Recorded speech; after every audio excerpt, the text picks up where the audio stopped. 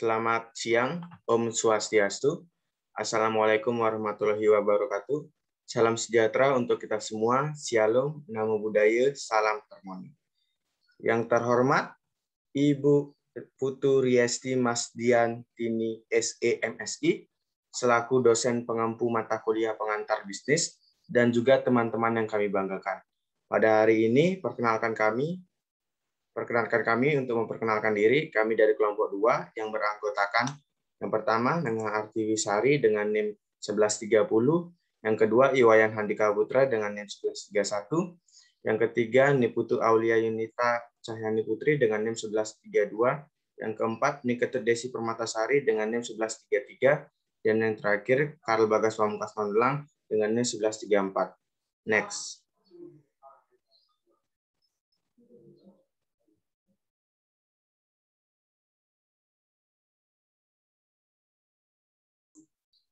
Adapun materi yang akan kami bawakan adalah bentuk bisnis dan pemilihan tempat kediaman. Dan untuk submaterinya ada 10. Yang pertama pengertian bisnis kecil, ruang lingkup bisnis kecil, mekanisme menerima gaji atau menggaji diri sendiri, pemilihan tempat kediaman, cara memilih lokasi bisnis, teori menetapkan lokasi pertokoan, menjelaskan pemilihan lokasi jenis usaha lainnya, risiko dan kegagalan bisnis, masalah memiliki dan menjalankan bisnis sendiri, dan menjelaskan kiat menjadi pengusaha sukses. Baik, untuk mempersingkat waktu, langsung saja ke submateri yang pertama. Untuk pemateri pertama, waktu dan tempat, saya persilakan. Baik, terima kasih atas waktunya. Di sini saya akan mempresentasikan yaitu yang pertama, pengertian bisnis kecil.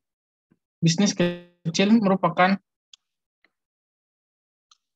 yaitu bisnis yang dimiliki dan dioperasikan secara independen atau perorangan. Ini bukan bisnis yang dominan dalam bidang operasinya. Selain itu juga ada standar ukuran tertentu dalam hal jumlah karyawan maupun penerimaan tahunan. Bisnis kecil banyak ada di Indonesia karena minat berbisnis atau berwirausaha masyarakat Indonesia sangat tinggi.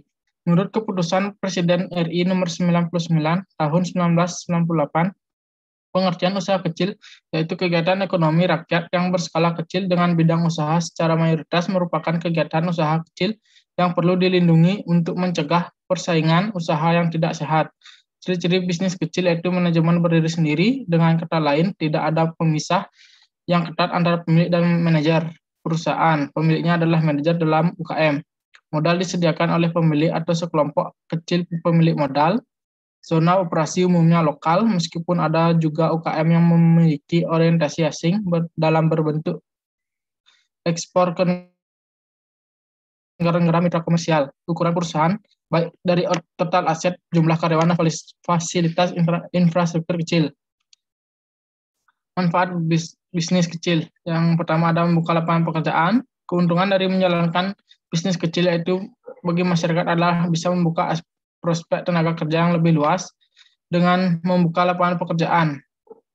Jumlah pengangguran juga tentu menurun. Selain itu, perusahaan tidak memerlukan spesifikasi pendidikan tinggi. Yang kedua ada meningkatkan produk domestik bruto yaitu nilai makroekonomi ekonomi sebuah negara yang menunjukkan kemampuan negara untuk menghasilkan layanan atau properti dalam kurun waktu tertentu. Ini akan menunjukkan bagaimana kapasitas ekonomi di sebuah negara. Usaha kecil dan menengah adalah salah satu kontributor utama pajak negara karena banyak keberadaannya di masyarakat. Yang tiga ada perekonomian negara. Usaha kecil dan menengah juga bisa dilaksanakan secara fleksibel. Manfaatnya bisa langsung dirasakan masyarakat dan pelaku usaha kelas bawah. 4. Solusi bisnis untuk komunitas kecil. Dengan membuka usaha kecil menengah, bisa mendapatkan manfaat sebagai solusi bisnis untuk komunitas kecil, karena yang memiliki latar belakang sedikit, bahkan jika fakta ada penyelenggaraan dengan pendidikan tinggi. 2. Ruang lingkup bisnis kecil. Yang pertama ada di bidang jasa. Bidang jasa itu berbentuk usaha yang menawarkan produk kepada konsumen dalam bentuk layanan tanpa memerlukan fisik barang. Yang kedua ada bisnis eceran. Bisnis eceran atau retail adalah bisnis yang melibatkan penjualan barang Konsumen yang membeli produk atau jasa secara eceran ini bertujuan untuk mengonsumsinya sendiri atau menggunakan secara pribadi, tidak dijual kembali. Yang ketiga ada usaha distribusi. Distribusi adalah kegiatan ekonomi yang bertujuan untuk menyalurkan barang hasil produksi dari produsen ke konsumen. Kegiatan distribusi meliputi perdagangan, pengangkutan, penyimpanan, dan seterusnya, sehingga barang atau jasa tersebut sampai pada konsumen. Usaha di bidang agribisnis. Agribisnis adalah kegiatan usaha yang bergerak di dalam bidang pertanian, terutama dalam penyediaan pangan. Bisnis manufaktur, yaitu bisnis manufaktur menggunakan bahan mentah, suku cadang, dan komponen untuk merakit barang jadi. Bisnis manufaktur sering menggunakan mesin, robot, komputer, dan manusia untuk memproduksi suatu barang dagang, dan biasanya menggunakan jalur perakitan yang memungkinkan produknya disatukan langkah demi langkah, berpindah dari satu stasiun kerja ke stasiun kerja berikutnya.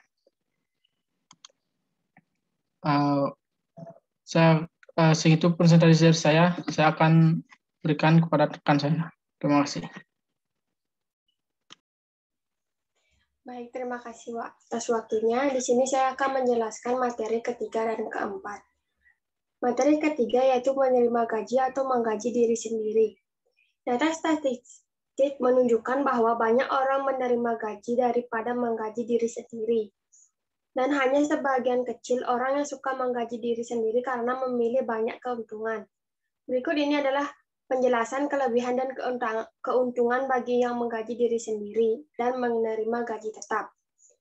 Yang pertama, menggaji diri sendiri.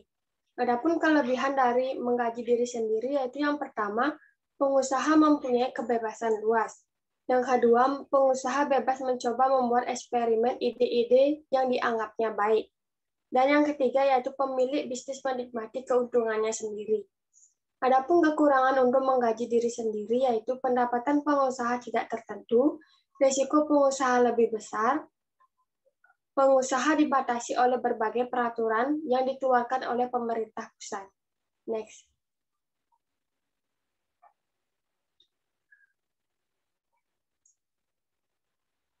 Adapun kelebihan dari menerima gaji yaitu tidak memiliki risiko, waktu kerja lebih teratur, dan penerimaan gaji tetap memiliki jaminan.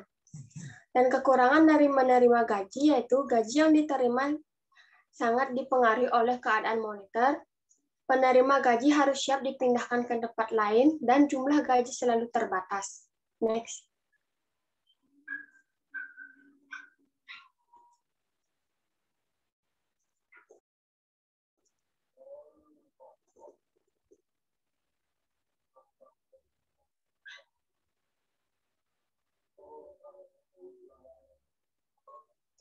Materi yang keempat yaitu pemilihan tempat kediaman.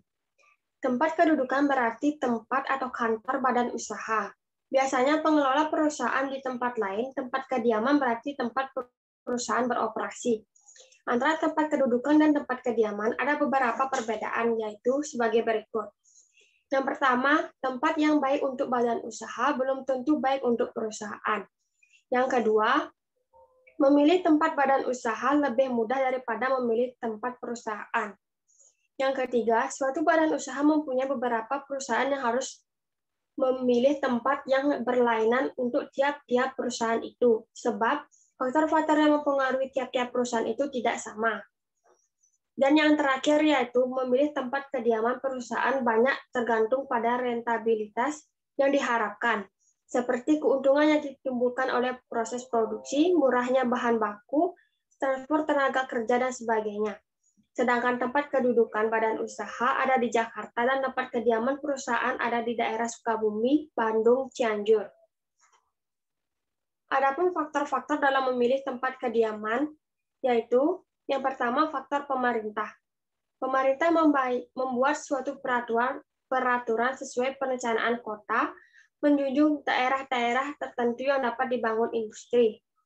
Dalam hal ini, pemerintah bermaksud menjaga ketentraman masyarakat dari keributan bunyi mesin, polusi udara, polusi air yang disebabkan oleh pabrik.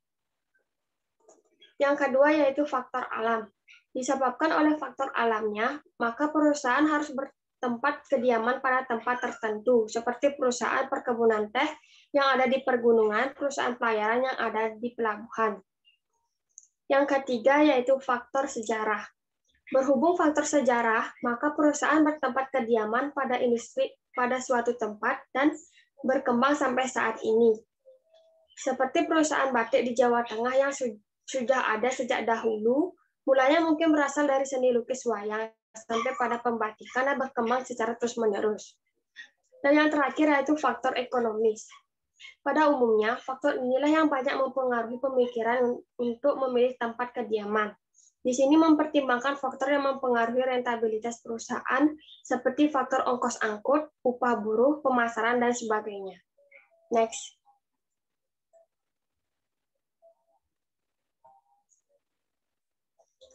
Menurut Weber, menyatakan ada faktor yang harus dipertimbangkan, yaitu faktor biaya.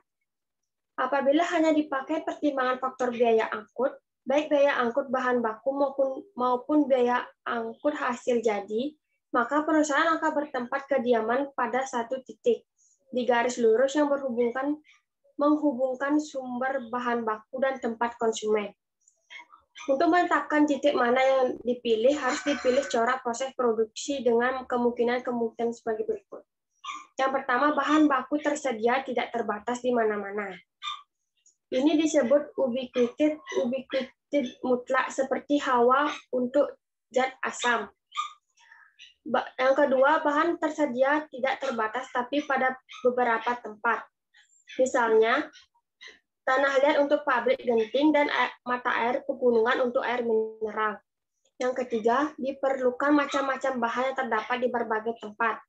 Dan yang terakhir yaitu bahan semuanya atau sebagian saja terpakai dalam produksi, banyak ampas atau tidak. Next.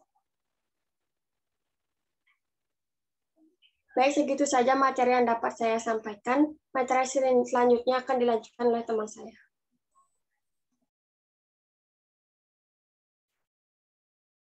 Baik, terima kasih atas waktunya. Di sini saya akan melanjutkan materi yang kelima, yaitu mengenai memilih lokasi bisnis. Menurut Tejib Tono, tahun 2008, lokasi usaha adalah tempat usaha beroperasi atau tempat usaha melakukan kegiatan untuk menghasilkan barang dan jasa yang mementingkan segi ekonominya. Lokasi usaha adalah hal utama yang perlu dipertimbangkan. Sebelum memulai usaha, alangkah baiknya seorang entrepreneur melibatkan konsep marketing mix yang dikenal dengan 4P, Products, Price, Flash, Promotion, dalam peranan bisnisnya. Terlebih lagi jika seorang entrepreneur tersebut baru memulai sebuah startup. Ketepatan pemilihan lokasi merupakan salah satu faktor yang menentukan kesuksesan sebuah usaha. Para pengusaha selalu memiliki usahanya, tidak menutup kemungkinan bahkan usaha jasa pun juga harus memiliki lokasi yang dekat dengan para pelanggan dalam rangka memberikan pelayanan prima kepada para pelanggan agar hubungan dengan para pelanggan dapat terjaga dengan baik. Next.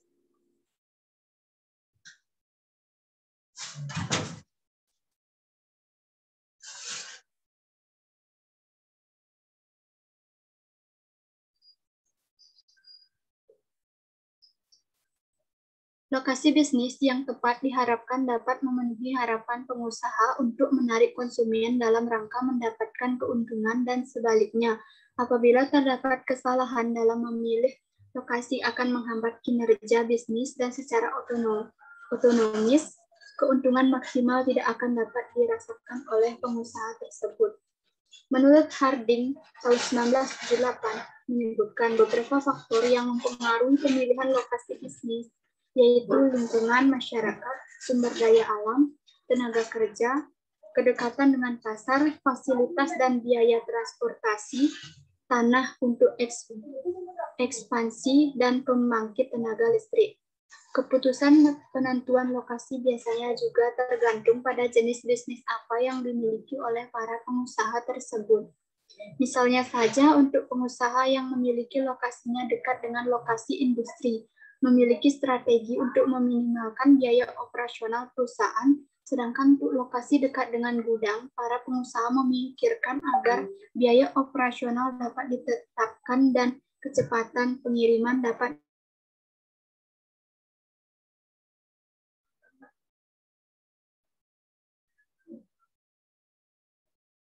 strategi memilih lokasi usaha. Yang pertama yaitu tingkat kepadatan penduduk sekitar lokasi, yang kedua besar pendapatan masyarakat sekitar lokasi, yang ketiga memperhatikan tingkat keramaian lalu lalang kendaraan yang lewat, yang keempat banyaknya usaha yang mendukung lokasi tersebut, yang kelima sesuaikan dana dengan lokasi usaha yang akan dipilih. Yang keenam, pilih lokasi usaha yang tingkat kompetisi rendah. Yang ketujuh, perhatikan pula akses menuju lokasi usaha. Yang kedelapan, tingkat keamanan yang mendukung. Yang kesembilan, perhatikan kebersihan lokasi usaha. Next.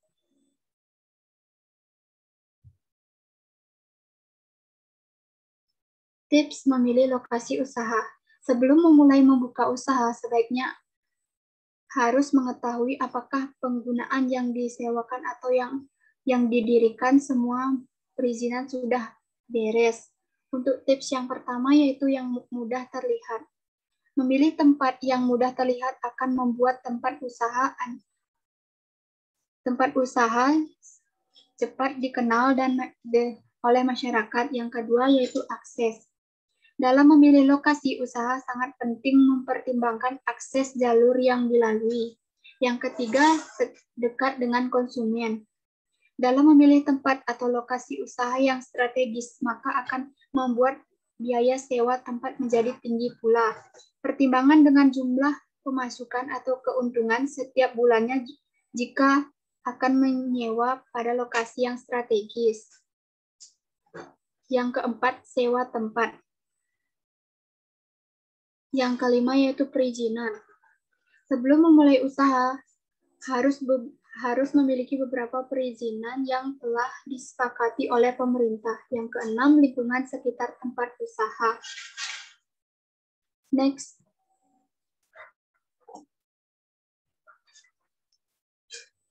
Materi yang keenam yaitu mengenai teori menetapkan lokasi pertokoan.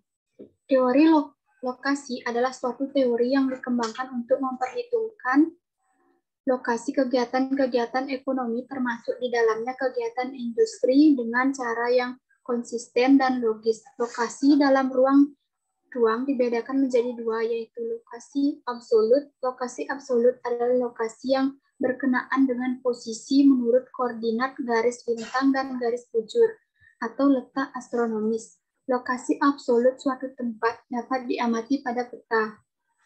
Yang kedua, lokasi relatif.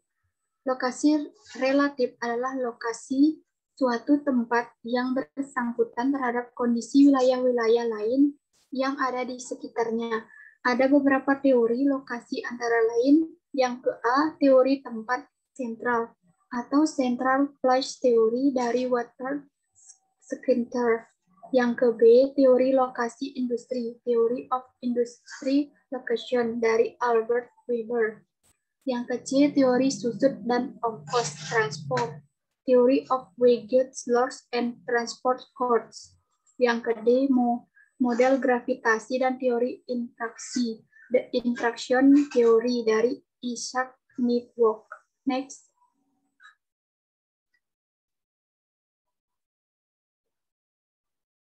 Hal-hal yang bisa menjadi pertimbangan dalam menentukan lokasi pertokoan untuk usaha antara lain adalah yang pertama, berdasarkan kepadatan penduduk di sebuah wilayah. Yang kedua, berdasarkan pendapatan masyarakat di wilayah itu sendiri.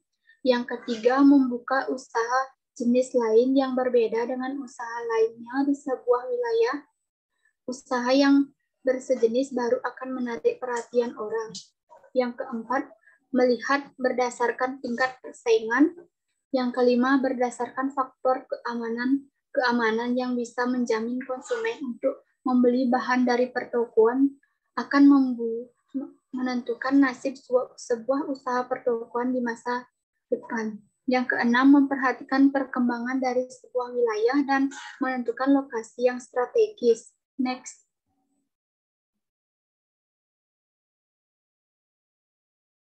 Baik, sekian pemaparan materi dari saya. Untuk materi selanjutnya dilanjutkan oleh rekan saya. Baik, di sini saya akan melanjutkan materi ke-7, yaitu pemilihan lokasi jenis usaha. Pemilihan lokasi usaha merupakan salah satu keputusan bisnis yang harus dibuat secara hati-hati. Kesalahan dalam menentukan lokasi akan berakibat fatal bagi suatu usaha.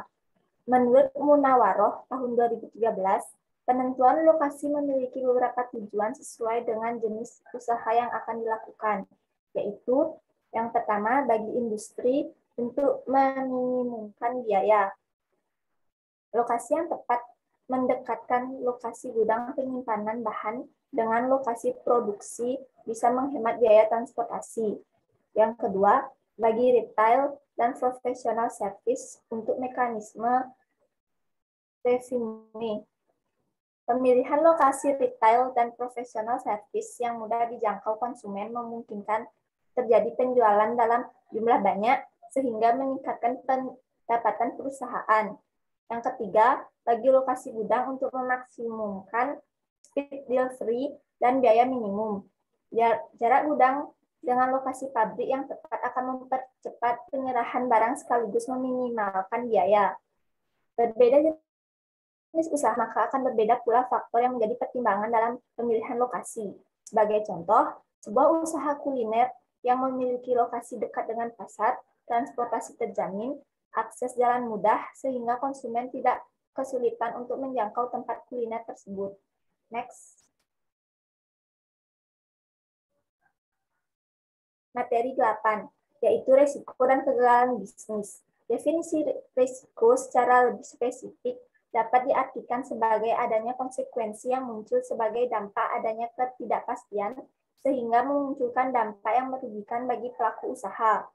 Walaupun risiko cenderung memberikan dampak merugikan bagi perusahaan, tetapi risiko ini tetap harus diambil oleh para pengusaha. Berikut ini adalah jenis-jenis risiko bisnis yang kemungkinan dihadapi oleh para pengusaha. Yang pertama, risiko strategi. Jenis risiko ini adalah risiko yang tidak pasti yang diakibatkan dari kurang matangnya strategi pemilik usaha dalam menjalankan bisnisnya. Yang kedua, risiko operasional. Jenis risiko operasional ini umumnya biasanya terjadi dalam kegiatan sehari-hari dalam perusahaan.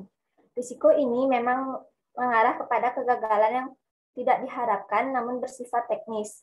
Penyebab munculnya risiko cukup banyak, mulai dari peralatan, kondisi alam, hingga karyawan perusahaan. Yang ketiga, risiko kepatuhan. Risiko ini muncul karena adanya ketidakpatuhan kita terhadap regulasi atau hukum yang diterapkan pemerintah, baik tertulis maupun yang tidak. Yang keempat, risiko finansial. Jenis risiko berikutnya adalah finansial, di mana dengan biaya ekstra yang menyebabkan kerugian pada pemasukan perusahaan. Risiko ini khusus terjadi pada arus masuk dan keluar dari perputaran bisnis yang kita jalankan dan menyebabkan kerugian finansial. Umumnya masalah kredit dan hutang menjadi pemicu munculnya risiko ini. Dan risiko yang kelima, risiko reputasional. Jenis risiko terakhir adalah risiko reputasional, di mana risiko ini berkaitan dengan nama baik perusahaan. Saat nama baik perusahaan menjadi hancur, maka otomatis bisa menyebabkan kerugian besar dan membuat para pelanggan bisnis menjadi tidak percaya. Next. Kegagalan bisnis adalah ketika bisnis tidak dapat beroperasi secara menguntungkan, yang mana bisa mengarah pada gagal bayar, kebangkrutan, atau penutupan bisnis.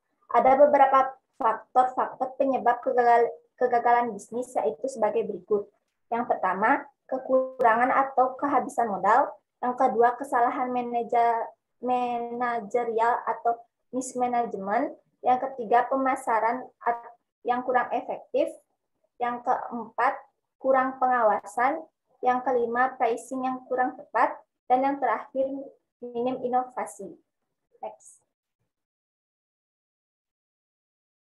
Baik, sekian pemaparan materi dari saya. Selanjutnya akan saya serahkan kepada rekan saya.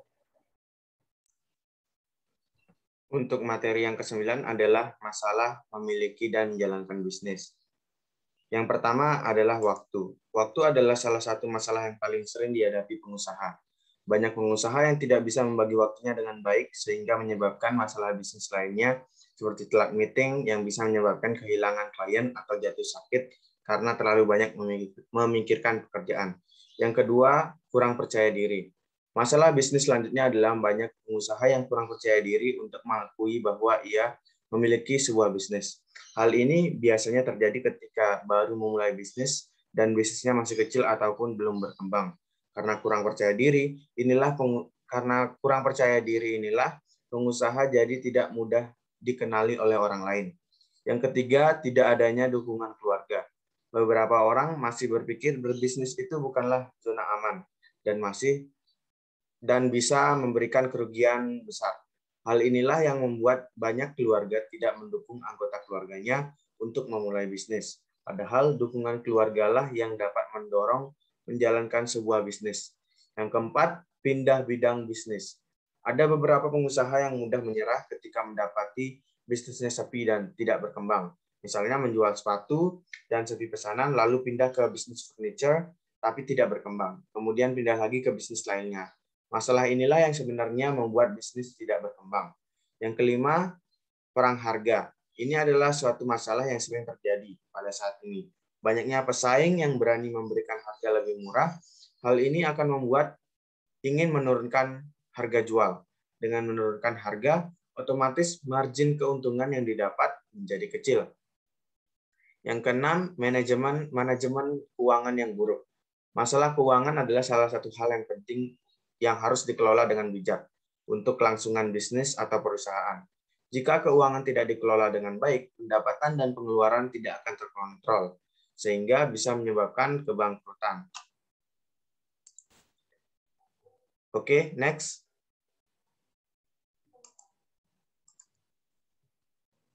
Kiat menjadi pengusaha sukses.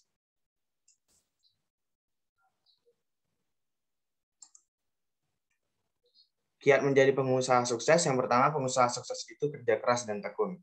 Untuk bisa tekun dalam menjalankan bisnis sendiri, sebenarnya sangat sulit, memerlukan kerja keras dan konsisten, sehingga tidak mudah menyerah ketika mendapatkan tantangan dalam menjalankan usaha. Yang kedua, berani menantang diri sendiri. Seorang pengusaha harus siap menghadapi tantangan di dalam dirinya sendiri maupun di lingkungannya. Terlebih dahulu harus menantang diri sendiri, sehingga mendorong untuk tetap bersemangat dalam menghadapi perkembangan yang akan terjadi. Yang ketiga, lakukan karena passion. Banyak yang bermula dari hobi, kini menjadi tempat usahanya. Inilah karena semua yang dilakukan berdasarkan kesenangan akan terasa lebih ringan dan bisa menjadi sebuah cara yang tepat untuk memulai bisnis. Pilihlah passion yang baik di bidang teknologi misalnya, fashion ataupun kuliner, sehingga bisa mendalami bisnis tersebut. Yang keempat, berani mengambil risiko. Seorang pengusaha harus berani mengambil risiko sehingga berkeinginan untuk mendapatkan hal-hal baru di dalam hidupnya. Mengambil keputusan dengan mempertimbangkan risiko terkecil dari pilihannya adalah hal yang perlu dibiasakan. Dan ini merupakan salah satu cara menjadi pengusaha yang sukses. Yang kelima itu pengusaha sukses percaya diri. Calon pengusaha sukses dapat dilihat dari gestur tubuhnya saat berkenalan pertama kalinya. Dia sangat percaya diri. Kemampuan ini juga akan meningkatkan intuisi yang bergantung pada kebijakan dalam mengambil keputusan. Percaya akan kemampuan diri sendiri akan menghilangkan rasa ketidakpastian yang seringkali menjadi ketakutan pengusaha di awal memulai berwirausaha. Demikianlah presentasi dari kelompok kami, yaitu kelompok 2. Untuk itu, jika ada pertanyaan terkait materi yang telah kami paparkan, dimohon untuk memberikan pertanyaan tersebut kepada kami, dan kami akan menjawab pertanyaan tersebut melalui e-learning atau Zoom meeting yang akan dilaksanakan. Untuk mengakhiri presentasi kami pada hari ini, kami tutup dengan Paramasanti. Om Santi Santi Santi Om.